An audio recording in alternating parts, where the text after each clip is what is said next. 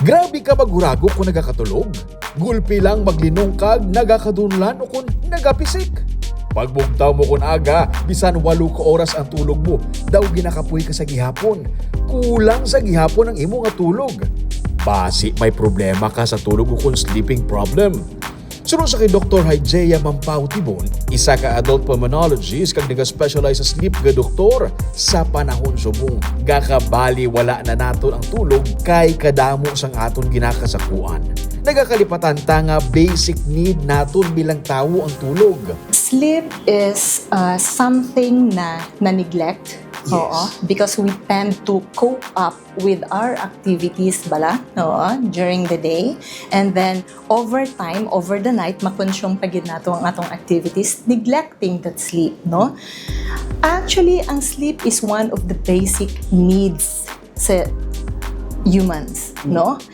It is during sleep that we repair whatever is lost during the day, because it's just like our body is just like a machine, no? We constantly use it during the day. We lost some of our cells during the day, and the repair happens during sleep. Kinahanglan naton sang 7 to 8 hours nga tulog sa kada adlaw para ma-repair ang aton nga mga cells sa lawas para maka-recharge. Pero kung kisa ang 8 ka oras nga tulog, kulang pa kay man hindi quality ang sleep. The duration of sleep doesn't matter much, but we should take note of the quality of our sleep, no? Ideally, kung matulog kita, it should be, the recommended is 7 to 8 hours of sleep. Some of us nowadays, the duration maybe will last for 5 to 6 hours. Take note that if your sleep happens to be only during light stages of sleep, cell repair happens during deep sleep stages. Okay? So, importante gid ya nga ang quality of sleep ma-achieve ta, no? Oo. Even though matulog ka for 8 hours, but if the quality of sleep is not good, in the end, you will wake up unrefreshed. Kapoy gyapon. Kung sa pagbugtaw mo after 8 hours of sleep daw kapoy ka sa gihapon. Kung nagakabugtawan ka makapila ka beses kung gabi, base hindi quality ang imo nga tulog. Wala tigayon nga maka-recharge ang imo nga lawas.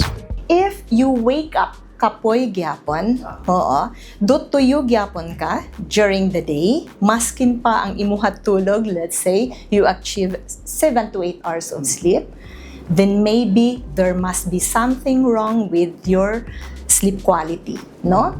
Maybe you sleep stages or very disruptive ang tulog mo. Frequently, gabugtaw-bugtaw ka at night, no?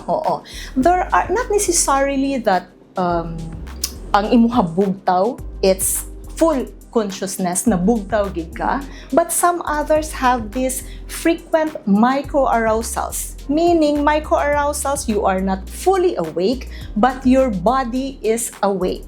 No? Parang ang iban sina is, manutaran nila is, parang wala ko katulog. Dasig lang ko mabugtaw. Jutay nga gahod, nakabugtaw ko right away. So it might be that your sleep sa stages 1 and 2 lang, and it's not good. Basi mayara ka sa ginatawag nga obstructive sleep apnea. Isa ka kondisyon kung sa diin ang imo nga tulog ang nagaka-interrupt bangod sang abnormal breathing tungod sa nagaka-block nga flow sang hangin pasulod sa imo nga lawas. Ang paghuragok ang isa sa mga symptoms ng obstructive sleep apnea, pero hindi tanan nga nagahuragok may amo sini nga kondisyon. The most frequent symptoms of obstructive sleep apnea is loud snoring. Although not people who snores have obstructive sleep apnea, and most of these patients having the condition is unaware that they have this condition. Tulog siya mo. The entire night, unaware siya. But the complaints may be coming from the bed partner or kung sino ang nakakita sa pasyente having the condition. Sometimes mahambal sila, gakaubo ko at night. Gakadunlan ko at night. Or at times, I tend to gasp for air at night. There are many cases na masalaan this is asthma. Because they attribute this gasping of air at night as difficulty of breathing. But then, it might not be asthma at all. No? Oo. This choking sensation at night, no? Or gakadunlan, maubo, those are part of the microarousals, including leg jerking, gakagot. Those are part of microarousals. Pagkaaga, ang iban sa aton, nagareklamo nga wala maayo nakatulog, sakit ang ulo, kapoy sa gihapon, kulang sa tulog. Tapos, hindi na maayo makafunction sa opisina, dasig mairita, kag sako na ang pangape. Base obstructive sleep apnea na ang nagatuga sina. In the morning, some patients will complain of morning headaches and symptoms of very unrefreshing sleep. Do unsatisfied sa tulog kahit na natulog ka for the entire 8 hours. Unsatisfactory ang tulog, no? In the morning, during daytime, these patients will complain of daytime sleepiness. Sometimes, mabalaan mo na siya because that patient will tends to have increasing in the number of caffeine intake. Sige na kape. Kinatuyo na sila. Just to keep them awake during the day, no? And then, in severe cases of obstructive sleep apnea, these patients will be irritable. May mga cognitive impairment na. Inattentiveness, poor concentration, short-term memory lapses, and at times, car accidents because gakatuyo sila while driving. Kung hindi ba correct ang ato na pagtulog, mahimo nga magresulta ini sa heart problem. May mga cases nga wala makahibalo ang pasyente nga ginabatsag niya nga problema sa heart, tugas ang kulang o kung hindi quality ang iya nga pagtulog kun gabi. So these physiologic effects during that period of breathing pause, kanang wala ka ginhawa, after ga-obstruct na ang upper airway muscle, the effect of oxygen depletion is mostly cardiovascular ang burden. So, the reason nga at kita very aggressive in correcting this kind of problem, okay? Somehow, most patients snore ko, but it's normal for me. I have been snoring for 20 years, Yes, Why all of a sudden? Ang akong doktor, gahambal nga amo ni ang cause ang ako ang mga cardiac problems, no? So makibot ang most of the patients, no? Especially those who are unaware, no? So the cardiovascular complications, it's too high at 40 to 80%, and most of these complications, cardiac, heart failure, arrhythmias, atrial fibrillation, heart attack, no? Pulmonary hypertension, pagklat, dasig magklat ang dugo, and especially the risk of stroke, it's too high. It's the same as the cardiovascular burden of obstructive sleep apnea. Para makorek ang sleep, nagagamit sang CPAP o kung ang continuous positive airway pressure nga daw pareho sa mask. Unfortunately, for this type of problem, ang ato gold standard of treatment is CPAP lang gid. Amo na siyang device, no? Na may nasal mask, may mask na i-attach sa imuha nose or either cover full face, covering your nose and mouth, and that will provide a positive pressure to open up the upper airway. It will protect your upper airway all throughout the night, keeping it open. Kaya amor man lang na ang problema mo.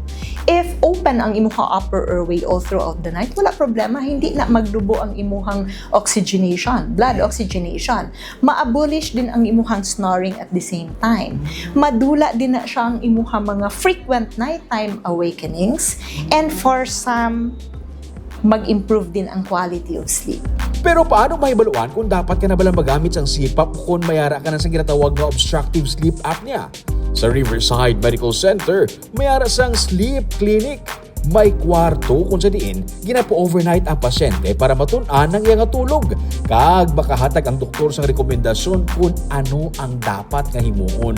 Overnight test lang na siya, so it will happen the night 6 to 7 p.m., naano na siya sa sleep lab. Outpatient test lang na siya. You don't have to be admitted for the test, no? Oo. So, the patient will just go to the sleep lab, sleep clinic at 6 to 7 p.m. Kay damo pa na i-attach na mga leads sa iyang body, no?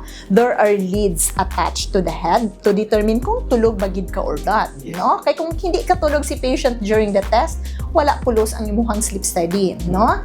And then you have this parang nasal airflow here attached to your nose to determine lang sa labas-masok ng hangin.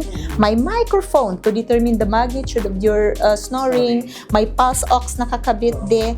May belts around your chest and abdomen. So, amo na siya ang mga naka-attach sa imuhang body while tulog.